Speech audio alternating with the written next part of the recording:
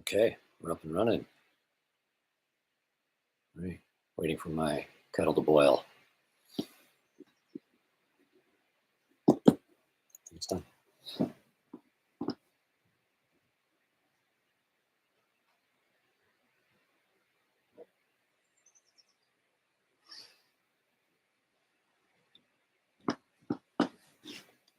Oh, there's someone here already. Hello. Thanks for joining me for tea.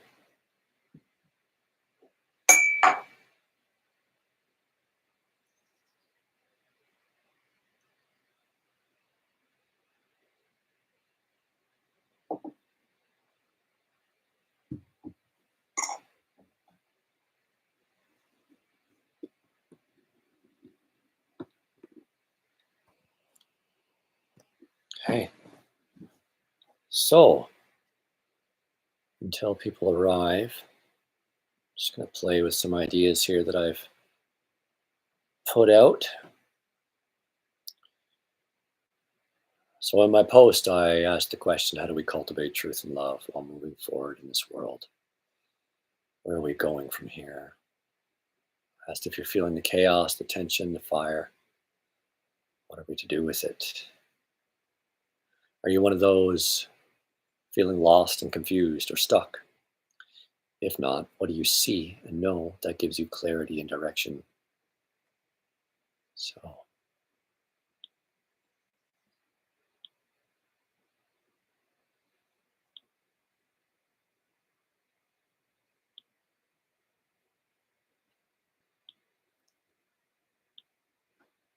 so perhaps I'll speak a little bit on this on my own until anybody, if anybody, shows up to ask some questions.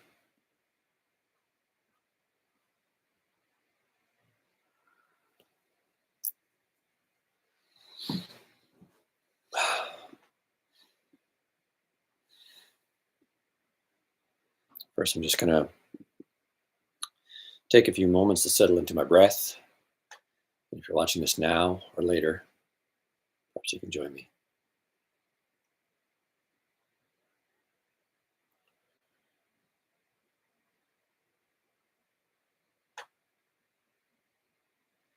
Allowing my breath to bring me back to the center of my being, allowing the spaciousness to witness what is present, what is in my mind, what is in my body, sensing into my energetic field.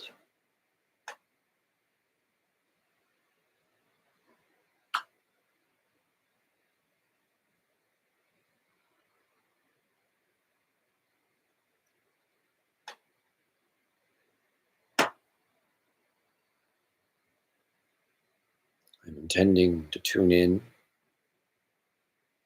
to the wisdom and the knowing,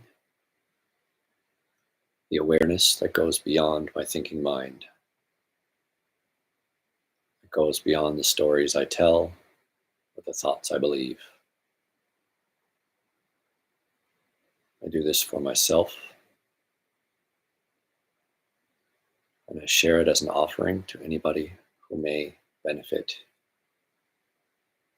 from receiving what comes through me. So if you're with me here today, I say, use me, utilize me.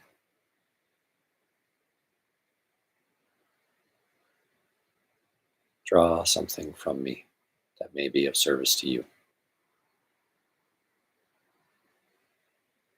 Taking one last deep breath, and coming back to the space.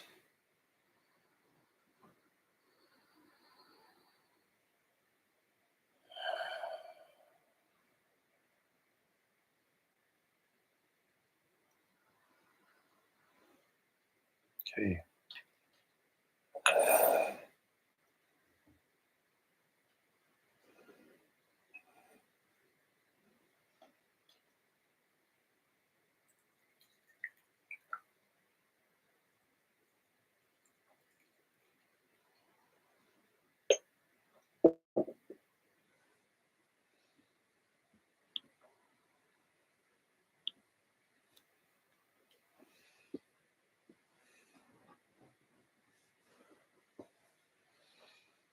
So I posed the questions that I stated earlier. Perhaps I'll see if anything comes through regarding those.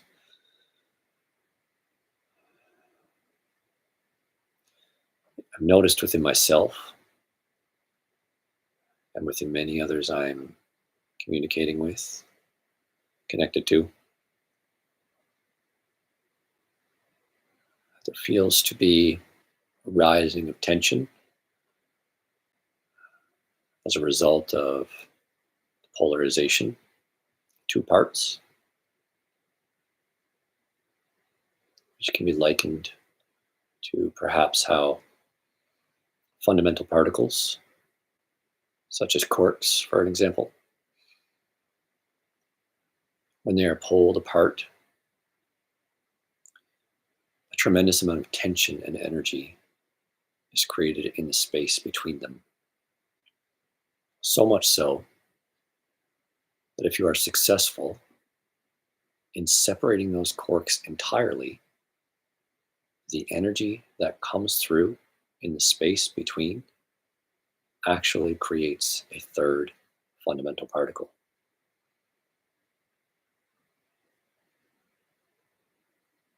When these two quarks are pulled apart, energy is transferred into that space from another dimension.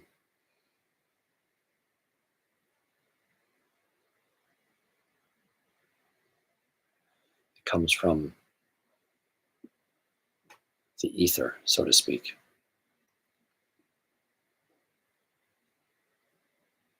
The field of energy through which everything manifests.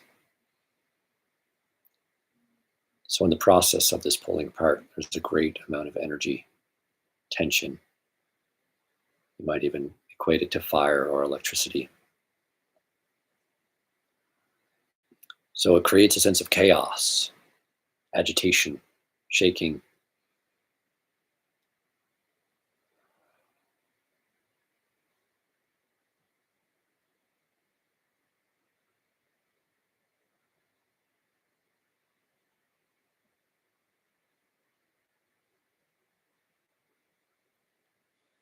It can be very uncomfortable for whoever experiences it.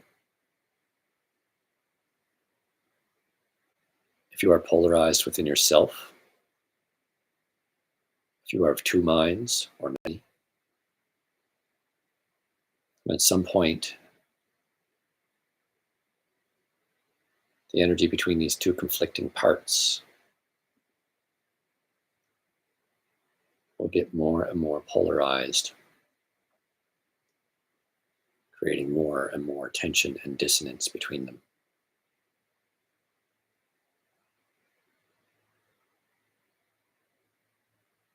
And there arises a longing for union, a longing for relief.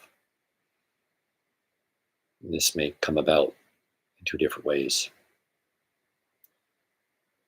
The relief may be found in the union itself, as in when you are pulling apart an elastic band. At some point, the energy pulling them apart is let go, and the band goes back together, and it rests in a state of ease. It becomes one again. Two sides meet. Or the two parts separate entirely, and they become two individual sovereign pieces.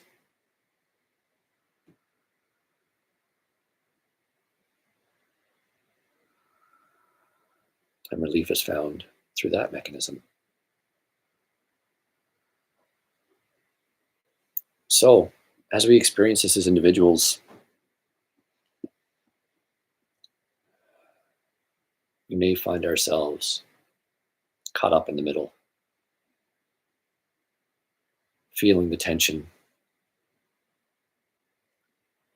feeling as if we're consumed by the fire,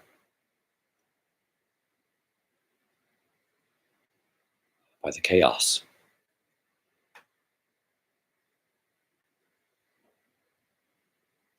And our natural inclination in that state is to move to one side, to choose one of the polarities. This is what we often find ourselves in this world, when there's confusion and chaos and misunderstanding and unknowing in the middle, when it feels like there's no ground to stand on, or you're subject to choosing a side to go to. It gives us a sense of knowing, it gives us a sense of certainty, a sense of solidity through which we feel as if we can relax.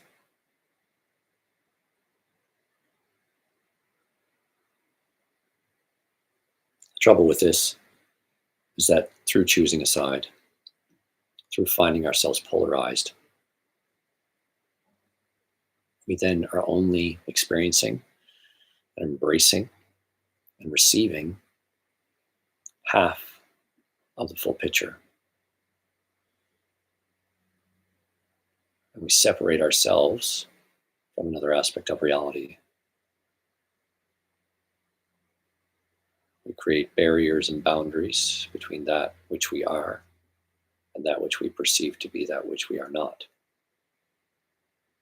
And that in and of itself creates imbalance, not only in the world, but in the individual self. So the ideal is to come to unity. And the way we do that is by being with the tension in between, by being in the chaos, in the fire, and seeking not to be free of it, merely allowing ourselves to experience it. Simply being with what is.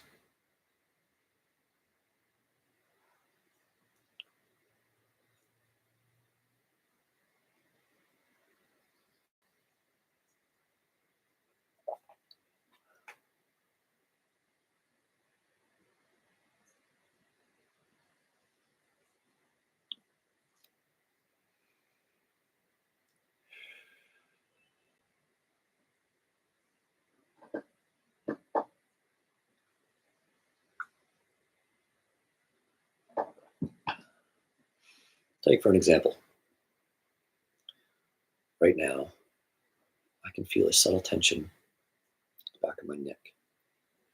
It's very subtle, but it's there. It's enough to be considered uncomfortable,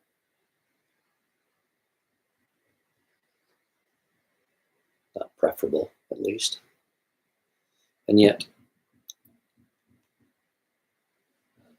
my tendency might be to try to distract myself from it.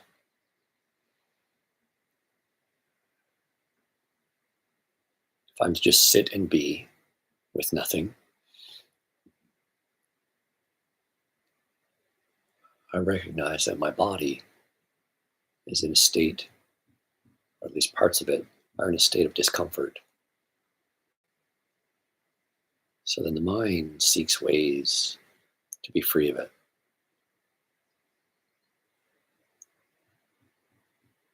What's happening is that there's energy trapped. Whatever this tension is, on some level, it's a densification of energy localized in a particular part in my body.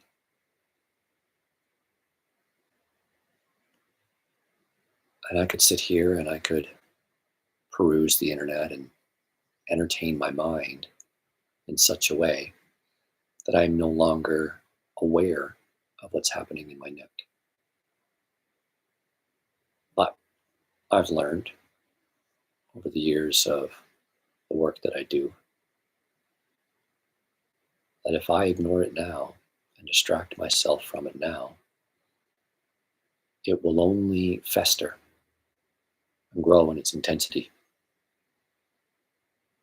Or I'll become so numb to it that my awareness of that part of my body gets shut off.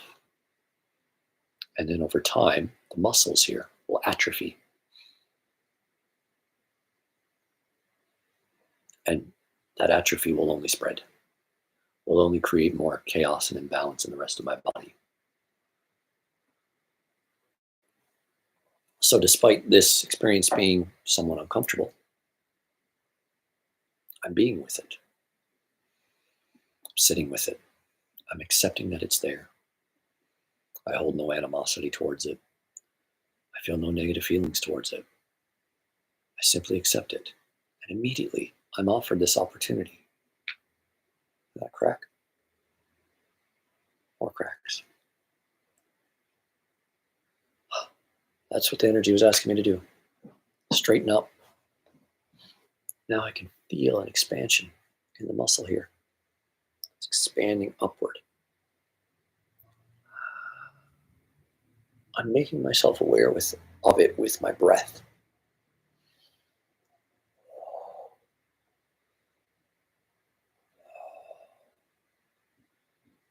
There's a lightness. You can see even my eye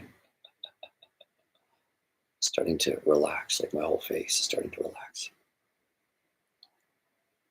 I'm not engaging any muscles in my face. Just breathing, sensing into that space where the tension was, and allowing the energy to continue to move. And allowing it to move my neck and my head in whatever way it desires. I'm not thinking about how to do it. I'm merely surrendering to the energy itself. I'm finding relief, being asked to adjust, to accommodate more flow.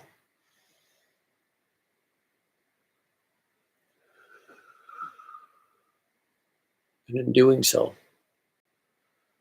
I'm aware of how this energy forms.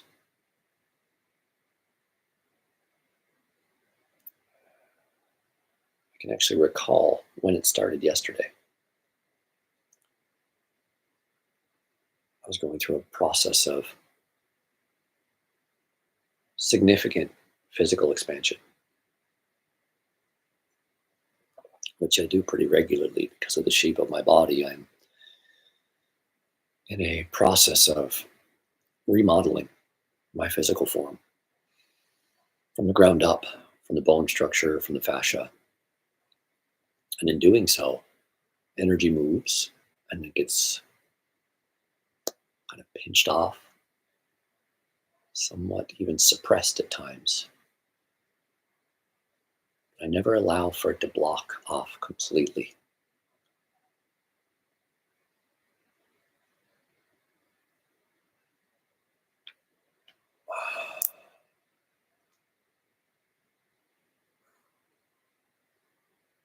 And as I unlock the energy that's trapped in one part of my body, it travels outwards. It engages more of my body.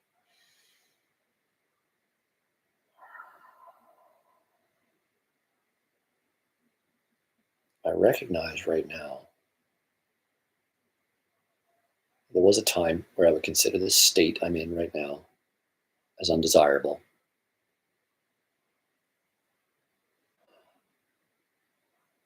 I want to be free of it. I would feel like I can't move very much. I have to be very careful and cautious about my movements.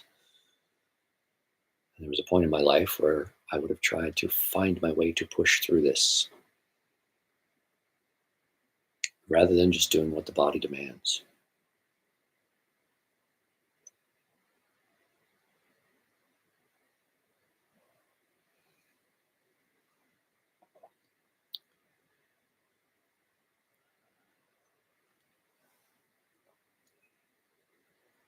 On some level, we all experience the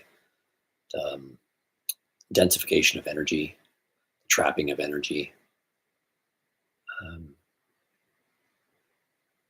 the imbalance of energy in our bodies and in our minds and our whole being. And there may be a tendency in us to try to get rid of it, push through it, heal it, let it go. And though these ambitions are perfectly acceptable, if through your awareness you do not see how in this moment you can get through, if there's a blockage of energy in your hips, and then you find the energy is trying to move through and you're moving and shaking and trying to get it out, and kick it out or shake it out and it's just not budging, and that's okay. What helps if you allow your being to tune into every level, every dimension of your being, not just your physical body, but your energetic body, your etheric body, then you can find flow on those levels. There are times when there is a massive, trying to find a better word than just trapping, or it's like a pinching off of energy, a densification. Typically, it happens in my right side, in my hips, in my lower back. When this happens, I'll expand, I'll lie down, I'll stretch my legs out, and I can feel sometimes a release and the energy starts to flow again. And then sometimes that's incredibly euphoric and expanding. And I'm like, oh, there's a relaxation, there's a relief that is truly marvelous. But sometimes it doesn't. And I could be there for an hour trying to work through some energy in my body. And if I find myself getting exhausted because the energy is flowing through, but it's just not breaking through that energy, that densification, then I shift my focus to simple awareness. I shift my focus to the subtle body, the energetic body that goes deeper than the physical body. It's almost as if it's the awareness itself.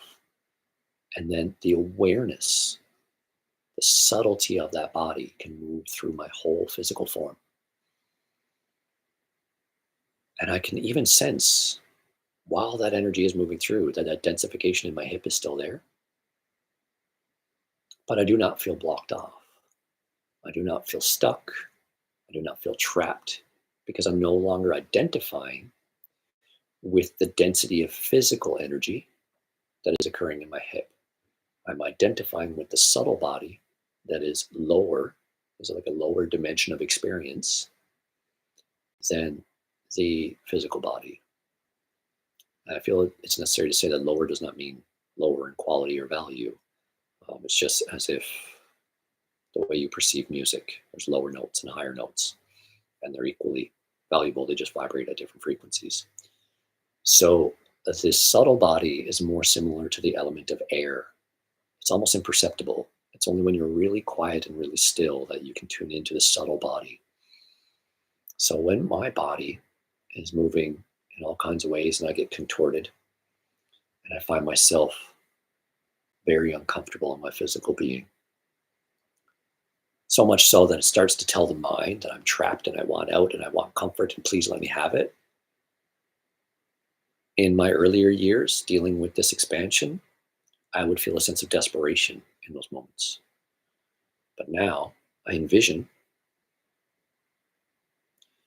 my energy as it's coming up and trying to move through the density. As it comes up, I envision it going up through the top of my head, as the torus field is. If you picture the torus field, as I've talked about many times, like the core of an apple, the apple around your body. I envision the energy collecting in the center in a very subtle way, and then moving up through the top of my head. And as it springs out and goes back down around, when it comes back up through my core, through my root again, I allow it to move through on a different level, on a different dimension, on a different frequency than the physical. And then when that happens, it's just awareness. I could be all contorted up and stiff and energy. I could be like shaking. But I'm identifying with and moving with the subtle body. And in that, there is no attachment or desire to be free of that density and that tension that my physical body is experiencing. And just the letting go of the attachment to being free of it allows the subtle body, the air element, to move through every single piece, every single part, and it ignites my body on a very subtle level in such a way that it kind of holds the tension. It kind of gently holds where the tension is. If there's on my neck and I was like this, then the air will come up. Just kind of gently caress it as it moves through. And just that holding is enough for it to begin to dissipate. As the flow moves through, it's almost as if there's mud build up in a river here. And then the water comes through and starts to break it up and let it flow again. And this is what happens on a subtle level in our experience. This is the root of pain. This is the root of discomfort. This is the root of disease. When energy gets trapped in a certain part and it isn't allowed to move, when it isn't allowed to be seen and felt. Because the very experience, if you were to injure yourself and you were to hurt your shoulder or something, and then immediately you feel this tremendous pain in your shoulder, our tendency may be to like constrict and try to, I don't want it, and push it away. But if you breathe into it, you will notice that it's very agitating. It feels like fire, it feels like shaking, amongst many other things. And it can feel very scary.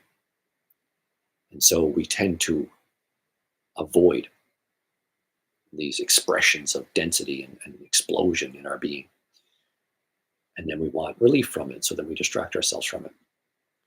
But if we allow ourselves to just bring awareness and breath to these parts, then whatever is necessary, whatever can be done by the body in that moment to bring healing and balance to that place will happen. But it may be a very, very, very uncomfortable experience, which is why we have the tendency to avoid it.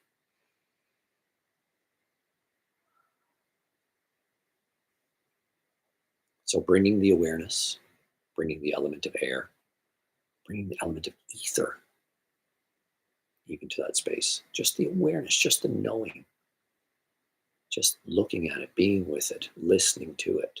What is my shoulder trying to say? How is it asking me to move?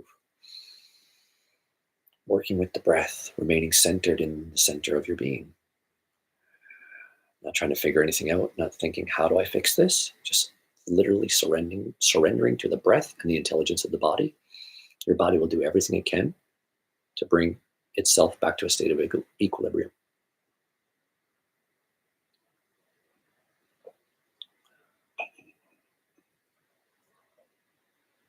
So in the beginning of this, I spoke about the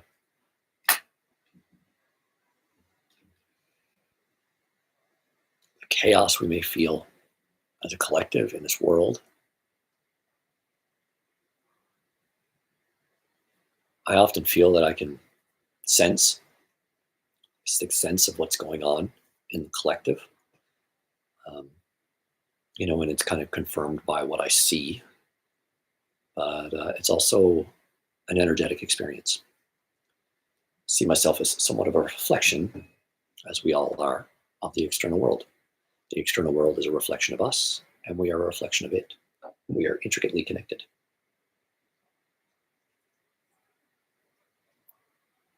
So this approach of gently just bringing awareness, ether, and subtlety to trapped energy, to chaos, we can do that with anything. Whether it's a imbalance within ourselves or if it's a conflict within our lives. So what does that look like? What does that look like? How do you bring ether to a conflict in your life? How do you bring grace to a conflict in your life?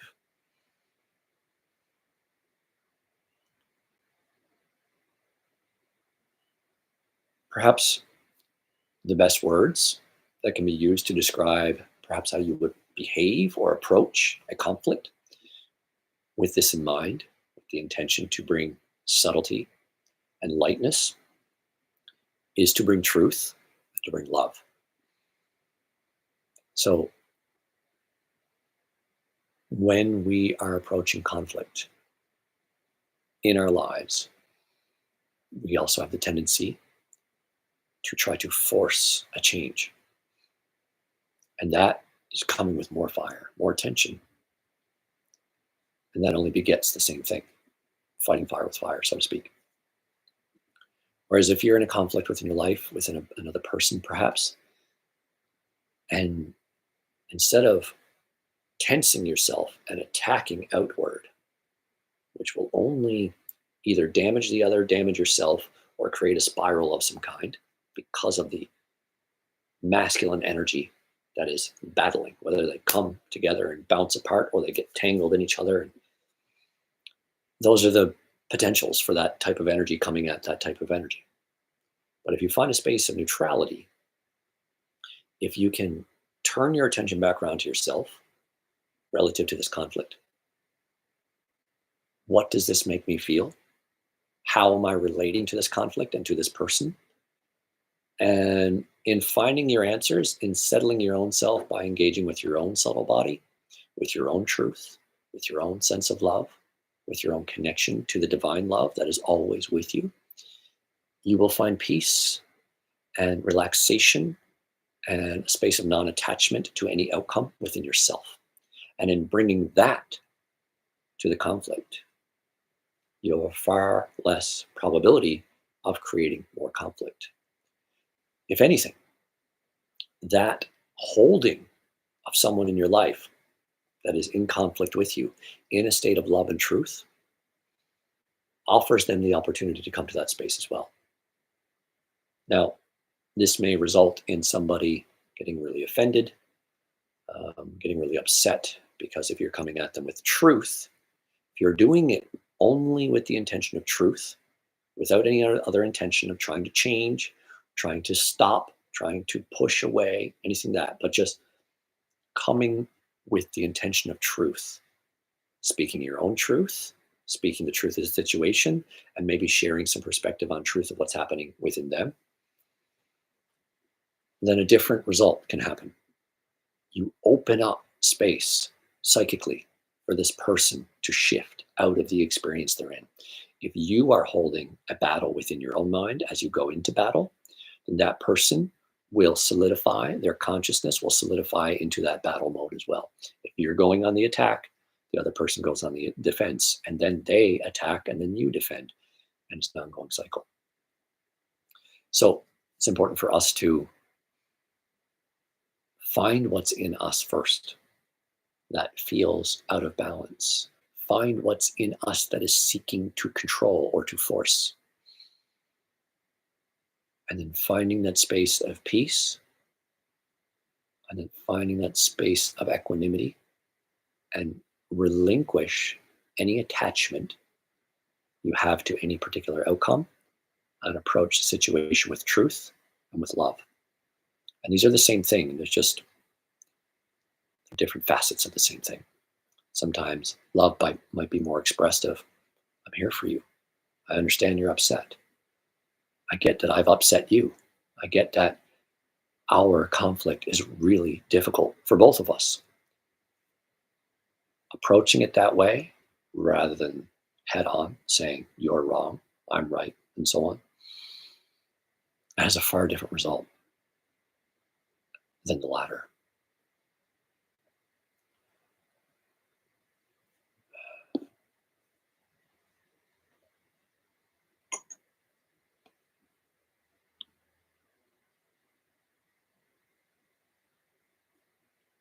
So, what are we to do with all this tension and chaos and fire that we may be experiencing in the world? It's to cultivate a relationship with the neutrality. That isn't to say that you become a pacifist and do nothing. It's getting in tune with the space beyond the polarity. In order for positive and negative to exist, there needs to be a space in between that charge where both unite and there is no positive and negative. And that, in a sense, is our home.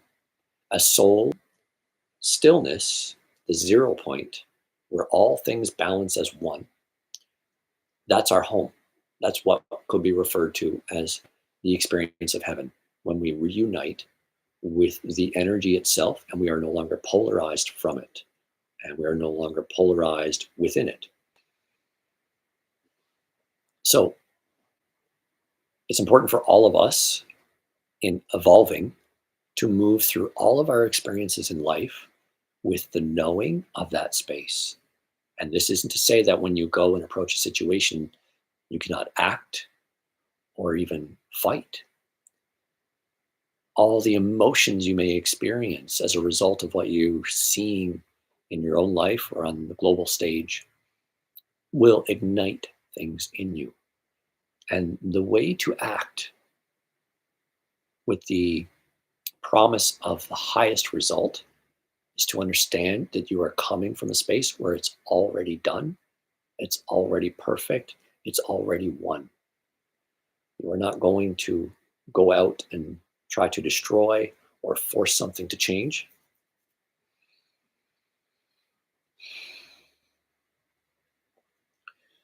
You act as if it is already changed. You hold whatever you're experiencing or approaching in your mind, in your psychic realm, as if it's already perfectly balanced. And then you act from that place. Tune into what's already done. Tune into the space where the polarity is already unified. And allow yourself to meditate and contemplate, how do I get from where we are to there? And if you hold the space within where you're already unified, purified, balanced, then intuitively you will know exactly how to act in order to create the opportunity externally for what's outside to come to that space as well. It's when you continue to polarize yourself in response to the outside that perpetuates polarity, that perpetuates dissonance, that perpetuates chaos. Stilling yourself relative to the outside is a way for you to open the space for anything beyond your physical body to be welcomed into that space of equanimity, into that space of balance, into that space of relaxation and relief and oneness and union.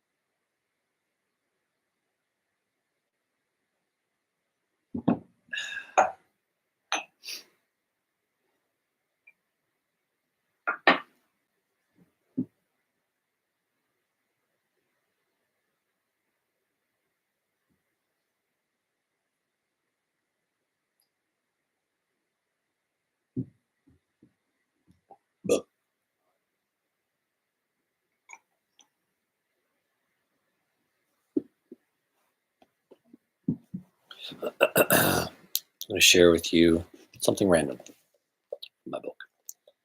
I'm always writing down my thoughts in here. And let's see something that's come up lately. Maybe I'll expand on it a little.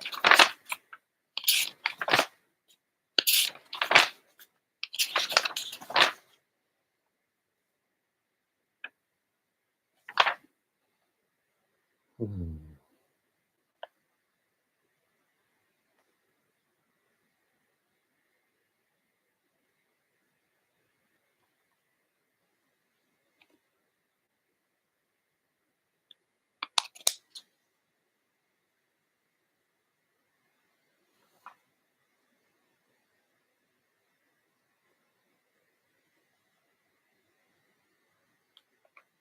Okay.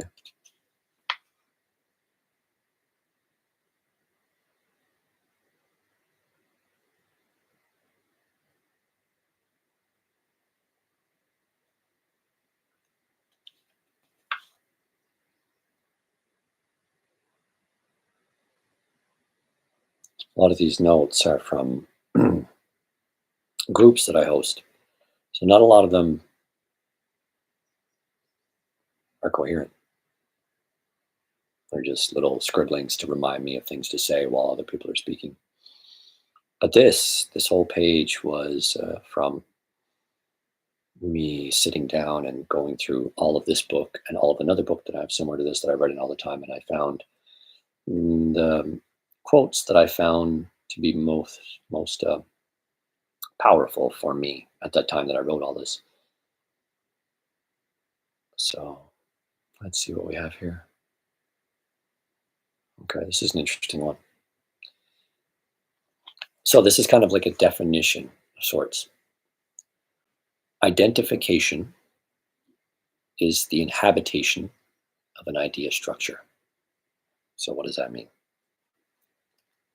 Identification is an inhabitation of an idea structure. Okay. So if you're with me watching this at some point, close your eyes. Just imagine an expansive field of emptiness, not like a field you would run across playing soccer. I just mean an expansive field in every direction, up, down, left, right, in, out. It's everywhere. And let's maybe even perceive it as kind of like an ocean, infinite ocean that has no surface, just goes up forever, goes down forever, goes left and right forever, back and forward forever. Okay.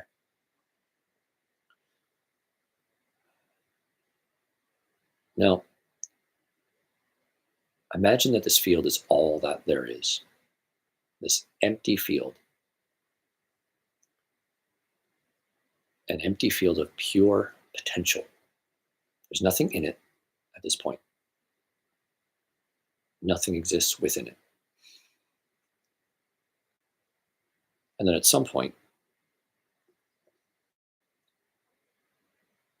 lines come together, shapes start to form,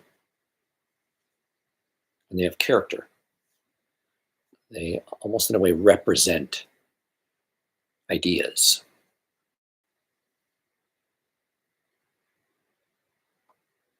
They even create a story.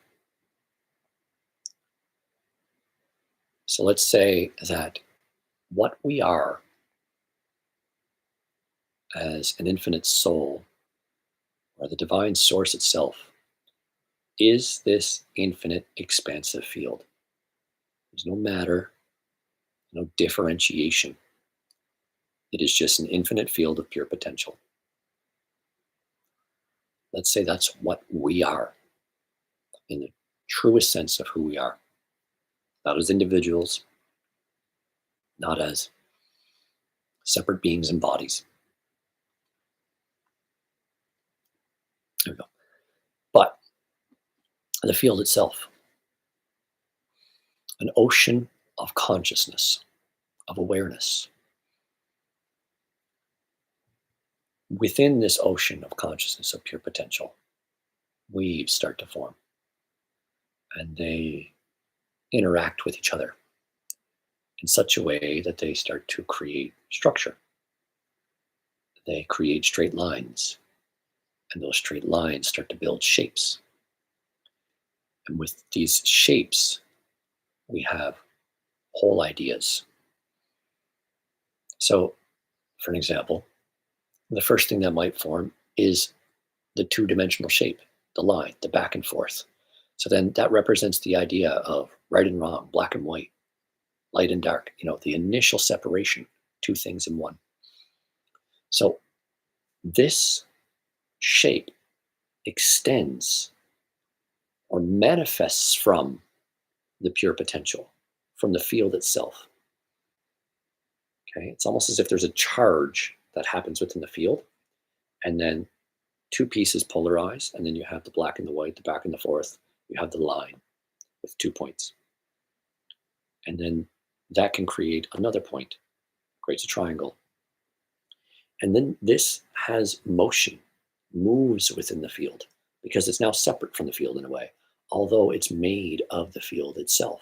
The same way a wave is made of water, the white stuff that you see, like the frothy stuff, that the crest of the wave as it breaks, you see that white stuff. It appears as if it's separate from the water, but it's still made of the water. This is the same thing about the shape. The shape builds itself into something that appears to be separate, though it's made of the consciousness itself. So we still remain the infinite field. That's what we are. And then we allow for the creation and the manifestation of this shape. And what can happen is that we, as the awareness in this field, is no longer spread out throughout the entire ocean. We are not the infinite awareness. We localize and focus our awareness into that shape. So much so that it surrounds us and, in a way, becomes us. And that's identification. We are an infinite field of awareness, and through which we can create anything in that field of awareness. It is the infinite mind. So within that mind, shapes take form, and our focus and our localized awareness, or our awareness that is infinite and non-local, then becomes localized into a particular shape or form. So then we can form ideas, full ideas. First, it's just triangle, right? But then all these different shapes start to move and create character, color, flavor, all these different qualities of being occur within shapes. If you look at everything down to its rawest form, everything is a different shape, everything is a different vibration, everything's a different color, a different note. So those things can manifest in this field, and we as the infinite awareness can merely just witness them and admire them as if we're looking at a painting. But we can also focus our attention and our awareness into them, become surrounded by them, and then we start to identify with the shape itself, with the idea of itself. So we could be infinite awareness. We could just be God, just that which is the source. And then we could have the thought of love, which is one of the primary thoughts. If God is just stillness and nothingness, one of the first things that's experienced is love. It's when the waves in the field start to interact and move over each other and rub up against each other. There's a charge. There's the waves are interacting and moving, and in that there's charge in between the two parts, and that's experienced by the divine, by the awareness itself as the experience of love. And we can just experience love just as it is, just as the movement, just as the charge, as we interact with ourself. And then we can enjoy that experience so much that we can manifest more forms, more waves, more differences to interact with, to engage with. And then in that, we can create something that feels as if it's entirely separate from us. And you can say, that over there, I love that. That's the object of my love. You can see something different from you, and you can think, I like that. I want to be that. And then you insert yourself into it, into the structure, and it's almost as if you leave the experience of being the infinite ocean and you localize yourself into one part of the ocean. And then it's almost as if you have a container around you because you like being this particular container. You could say, I'm someone who loves, I love, I am good. When you separate things into black and white, good and bad, you have to polarize, you have to create two things. So in creating this polarization, you can decide as the infinite awareness which is good and which is bad. So you create the idea of good and bad in the field of infinite awareness. And then you can, in a sense, step into that. And then you can identify with what is good. And in identifying, you hold yourself in one part of the ocean and you separate yourself from the rest of it. And then immediately you have the experience of being limited. And in the experience of being limited, you will always experience, on some level or another, whether you're conscious of it or not, the desire or the longing to be unlimited again, to be unbound. And that comes through disidentifying, from letting go of the structure that you're inhabiting. As you insert yourself into the idea structure, you inhabit it. It's as if it's a house. Like, this is me. I am this house. And then when the house starts to get challenged and pushed up against by the ocean around it, you feel as if you are being attacked. This is your body, in a sense. This is your sense of self, your sense of separateness. If it's receiving something from the outside of itself that appears to attack it or hinder it or perturb it in any way, it feels as if you yourself are being attacked and perturbed and hindered. When in reality, you are the awareness that resides in the body, in the house. If you cease to identify with the house, the body, realize that you are also the water outside of it. You are what's inside the house, you are what's outside the house, and you are what builds the house itself. If your identity is no longer localized in the center of the idea structure, if your identity ceases to be localized in here with the house itself, but all three, what's outside, what's inside, and what makes it, then there's no more identification. And without identification, there is no suffering. Because if you do not identify with the body or the idea structures that come along with the body, then you no longer feel threatened, harmed, or challenged by anything, because you yourself are not the thing that you've created. You are what creates it. You are the creator of it, and you are that which is created. It's only when you identify solely with the creation that you feel separate and feel the pain and feel the discomfort and the suffering of everything that would happen to the house itself, or in this case, the body. So that's what it means in terms of identification being an inhabitation of an idea structure. We are an infinite field of consciousness. We are an infinite mind. We project from that infinite mind ideas, and we can observe these ideas as if detached from them. We're still connected to them, but we don't hold them. We don't like have a rope, like I want it, it's me, I want to be a part of it. You simply project it as if you are a literal projector onto a screen, and then you see, that's my creation. I am the light that makes that, and it's being reflected back to me. But if you know yourself to be the projector itself, the energy itself that creates it, rather than being what you've projected, then you're no longer identifying with it. You are the energy, the light, the unbounded consciousness from which everything is created. That's our true nature. That's who we are.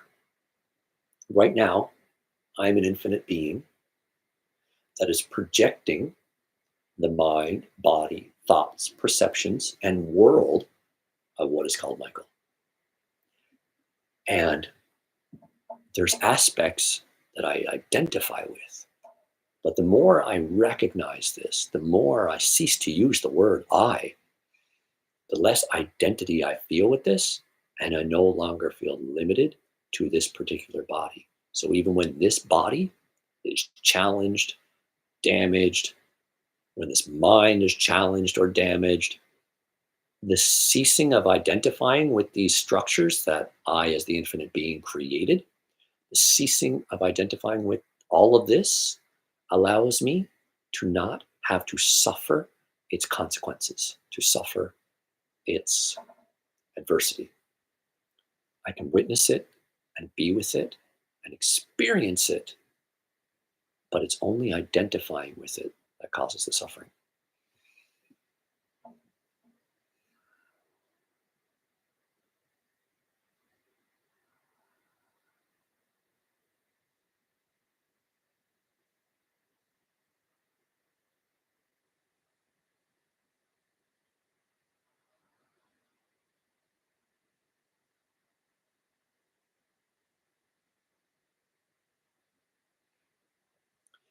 See if you can recognize this sometime when you're meditating or contemplating or just being in silence.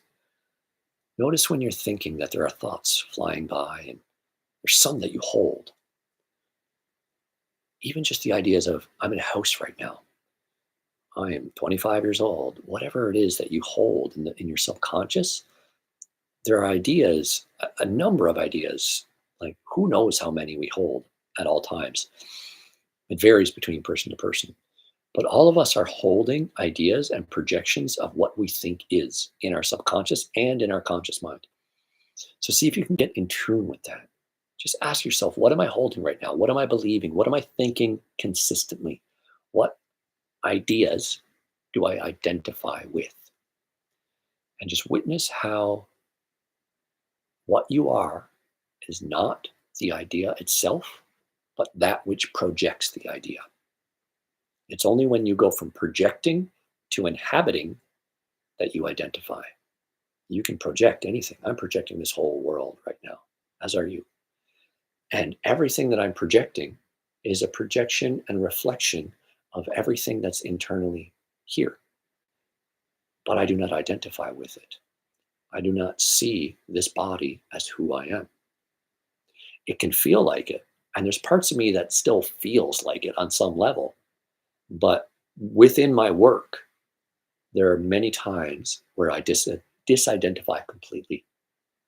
And in that disidentification with Michael and all the stories that go along with being Michael, the body, the perceptions, the ideas, the feelings, the belief, in that disidentification, in the stepping outside of the structure, rather than being, I won't say trapped, but localized within it only, in stepping outside of it and noticing that I'm what's outside, I'm what's inside, and I'm what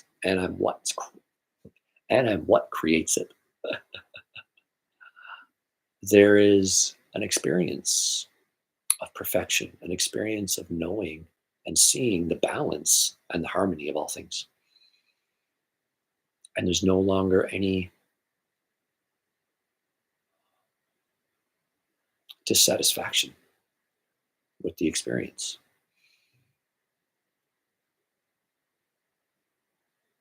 The ideas of, I don't like this, I don't want this, cease to be because they are simply idea structures that the I inhabits. The idea comes up. This is not what I want. I don't like this. And then the I inhabits it and believes that is true and thinks that is who it is. I'm the one who doesn't want it. And then it lives the experience of not wanting, which is a terrible experience. Um, so try this yourself when you meditate, contemplate, sit in silence. Witness the ways in which your mind creates ideas. Try to go deeper into your subconscious and see what ideas are already present, already operating behind the surface, under the surface, behind the veil. And ask yourself, what do I identify with? Who do I think I am?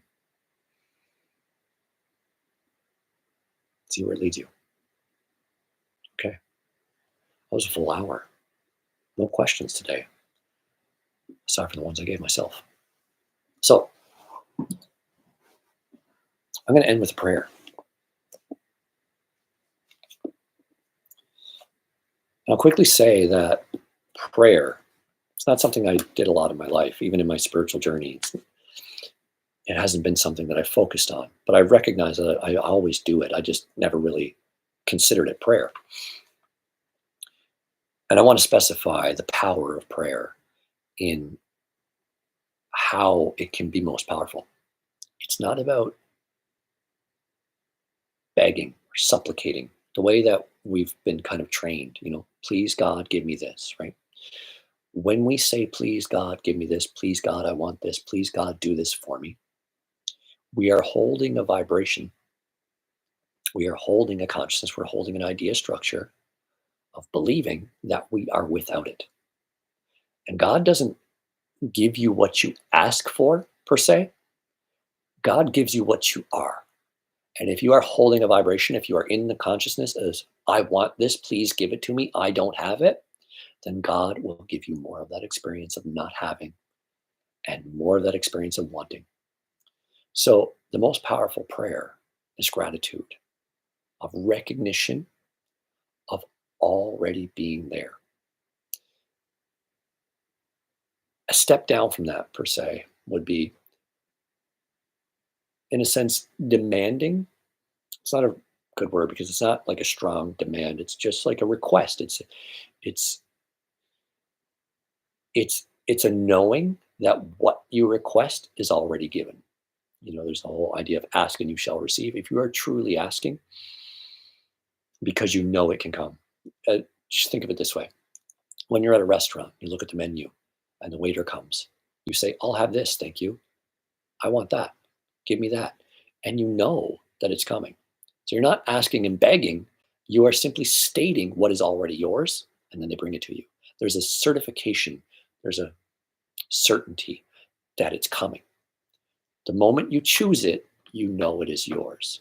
So it's as if you're saying, let this be mine. Let this be in my experience. I know it's already mine out there. Let it be here. I know I already have it in my infinite self. Let it be here in my experience. So this prayer that came through me a few months ago is more so of that essence of a request or there's a better word I'm looking for, somewhere between request and demand. I'll see if I come up with later. But it says, Lord of love, move through me in ways that create harmony and balance, expansion and awareness. Move through me in ways that create harmony and balance, expansion and awareness.